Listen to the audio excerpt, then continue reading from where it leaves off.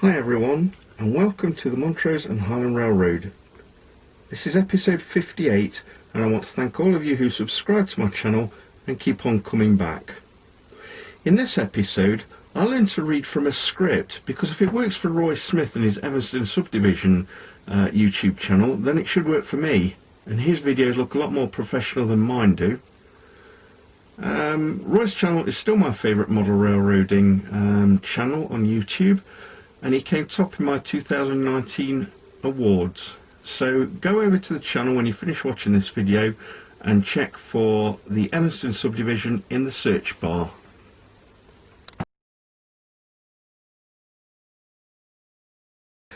In Roy's latest episode of Dispatch, he talks about staging yards, or fiddle yards as they are known here in the United Kingdom and in Europe.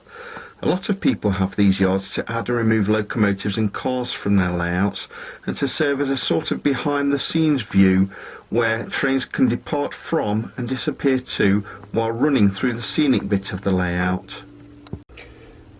I have two yards on my layout, one at Blue Haven and one at South Pine in Indiana. Today we're going to concentrate on the one at Blue Haven. I'm going to give you an overview of operations here.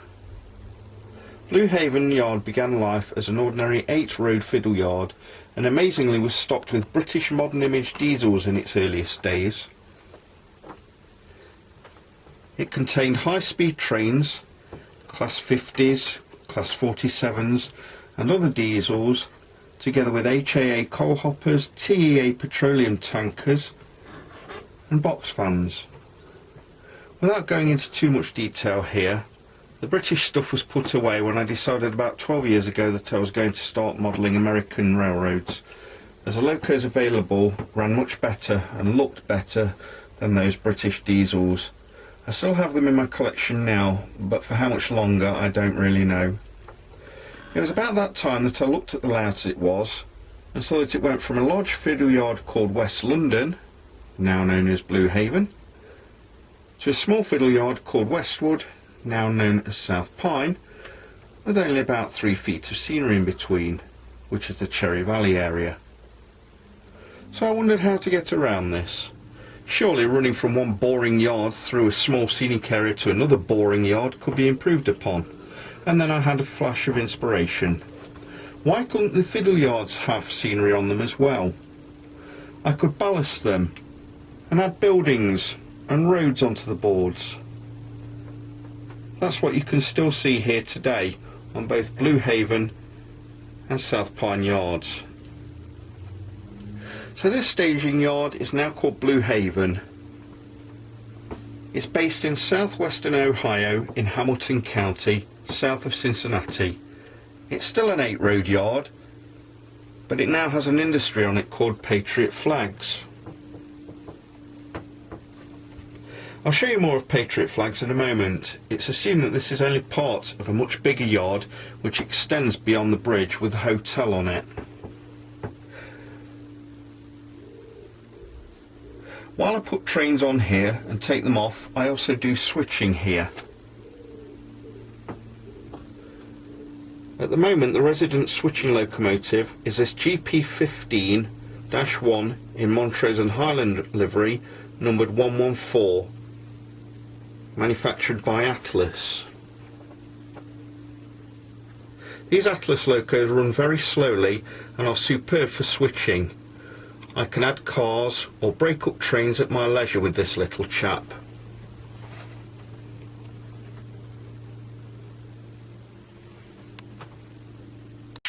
Trains arrive at Blue Haven from large cities east of here.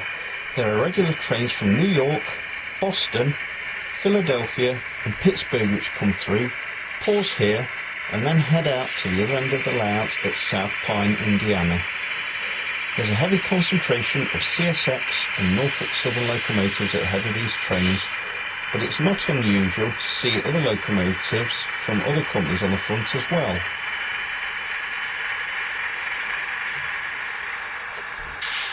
Trains also arrive here from the south and the west, notably from the large Montrose and Highland yards at Chicago and Denver. Before reaching here though, they will have gone to South Pine and had a new locomotive attached before getting here. While I'm here at Blue Haven, I wanted to show you my recently refurbished Patriot Flags building. The original was looking a bit jaded, so I stripped it back to its basics. Two of the LEDs inside have stopped working, so I replaced those. And I also replaced the roof since that had become damaged as well. It got a coating of playpen sand, and then black paint was drizzled onto the top. Walther's roofing details complete the job, although I may still add more of these details at a future date and possibly paint them as well. I also made this sign from scratch using a Word document, and then I covered it with clear acetate to protect it. The walls of the building were painted a lighter colour than the original, and I made a new glass canopy from the lids of two Microtains boxcars containers. It's assumed that the Patriot employees have a window cleaner on their payroll, since this is very clear glass. I don't particularly want to weather it because it lets a lot of light into the area. This canopy replaced the old styrene one which was sagging and needed to go. I also changed the windows from the original. I printed these off the internet from a website called textures.com. I've used this site before to print out scenic details. Patriot also has a car park now for the staff. And I also printed out these flags from the internet as well. United States, United Kingdom, France and Canada. At the rear of Patriot, the main highway which bypasses Blue Haven city centre comes into view. I did make a start on putting bridge sides up here, but I think I'll change this to do full styrene sheets to make the bridge more realistic looking.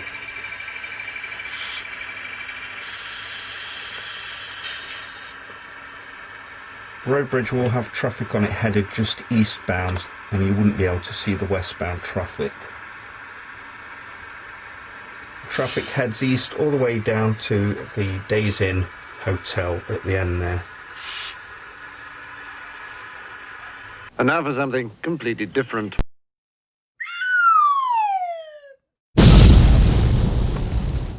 And now for a new feature on my YouTube channel, the top tip. In this section I'm going to try and introduce a tip which I've recently found out from YouTube or from a fellow modeller, new ways to do things. Some of these will already be obvious to some of you, but hopefully you should be able to make use of the tip. For a while now I've had a container of micro brushes like this. I originally bought them to clean the blades on my switches, but found I'd brought far too many. They just sit high up on the shelf doing nothing. Now I've discovered a new purpose for using micro brushes.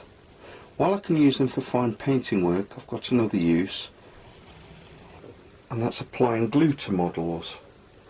I use a number of different types of adhesives, glues and cements, and whenever I build models I've used glues similar to this.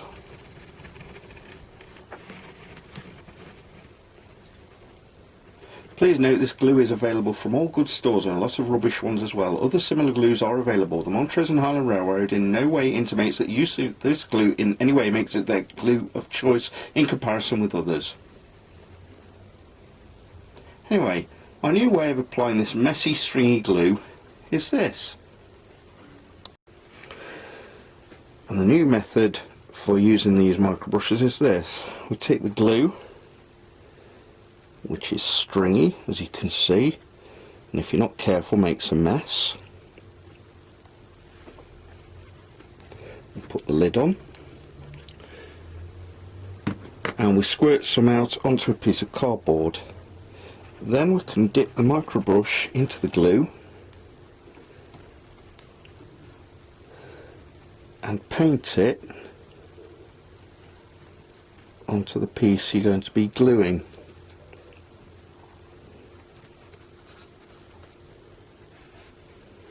A lot more controlled than the way I was doing it before.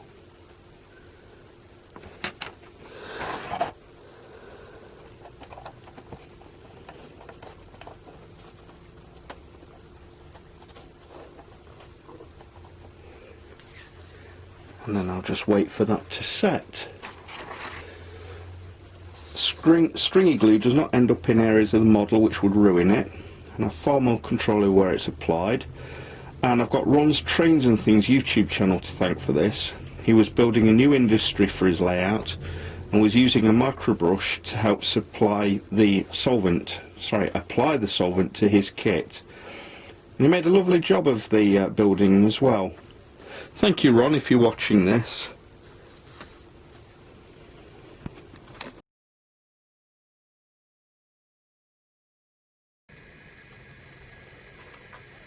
My newest locomotive is from Scale Trains, and it's a Norfolk Southern -9.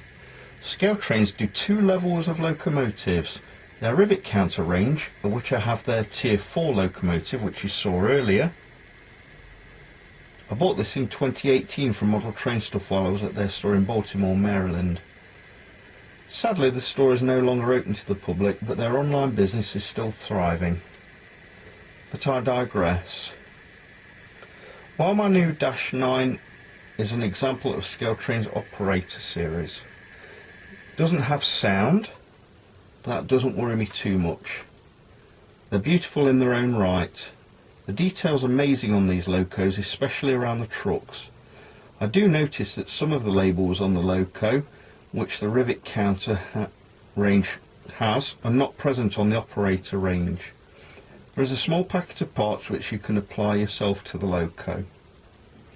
Just comparing this loco with the best that other manufacturers have to offer, it's more than able to hold its own. You could park this loco next to a Cato, an Atlas, or even a Fox Valley model's loco, as the CSX 724 behind it, and it looks wonderful. There are a number of product reviews on YouTube by people much more knowledgeable than me, so if you'd like to take a look at some of them, please feel free. For me, this loco is excellent, and when you consider that thanks to the heads up that was given to me by my good friend Dats, I received it for just $85 plus postage because of a special limited period offer Scale Trains were having at the time. It's probably the best deal I've ever had on a brand new loco of this quality. Let's see how she runs.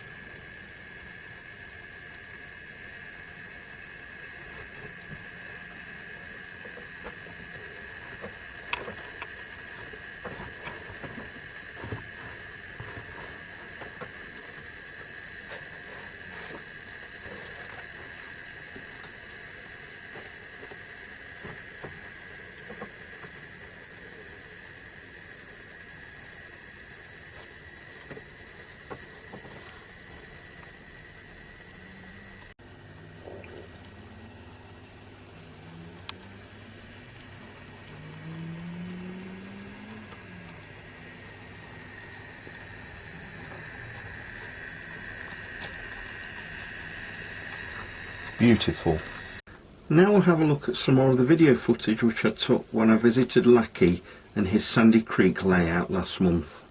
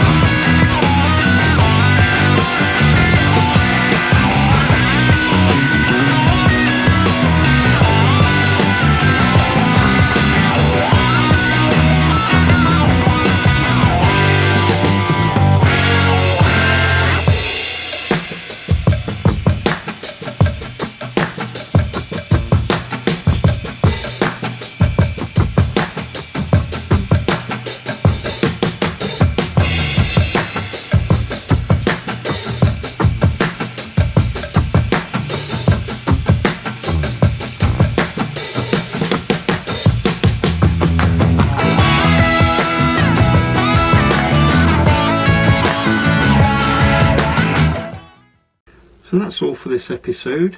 If you like what you saw, please give me a thumbs up down below. Consider subscribing to my channel. And tell your friends as well. Send them my way. Next time I'll be showing the final part of my visit to Sandy Creek. I'll also be giving you the rundown on South Pine Yard on my layout, and I'll have more besides. So stay safe everyone, and I'll see you back here for more on my channel. Bye for now.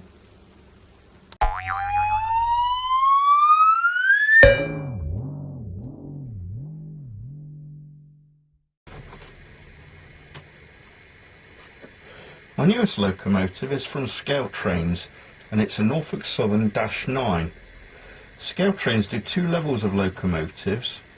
Their rivet counter range, of which I have the Tier 4 locomotive, which you saw earlier, complete with sound. I bought that in 2018 from Model Train Stuff while I was at their store in Baltimore, Ohio. Baltimore, Maryland.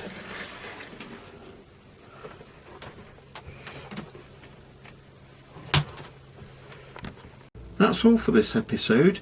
If you enjoyed what you saw, please give me a thumbs up down below and give me a thumbs down below as well.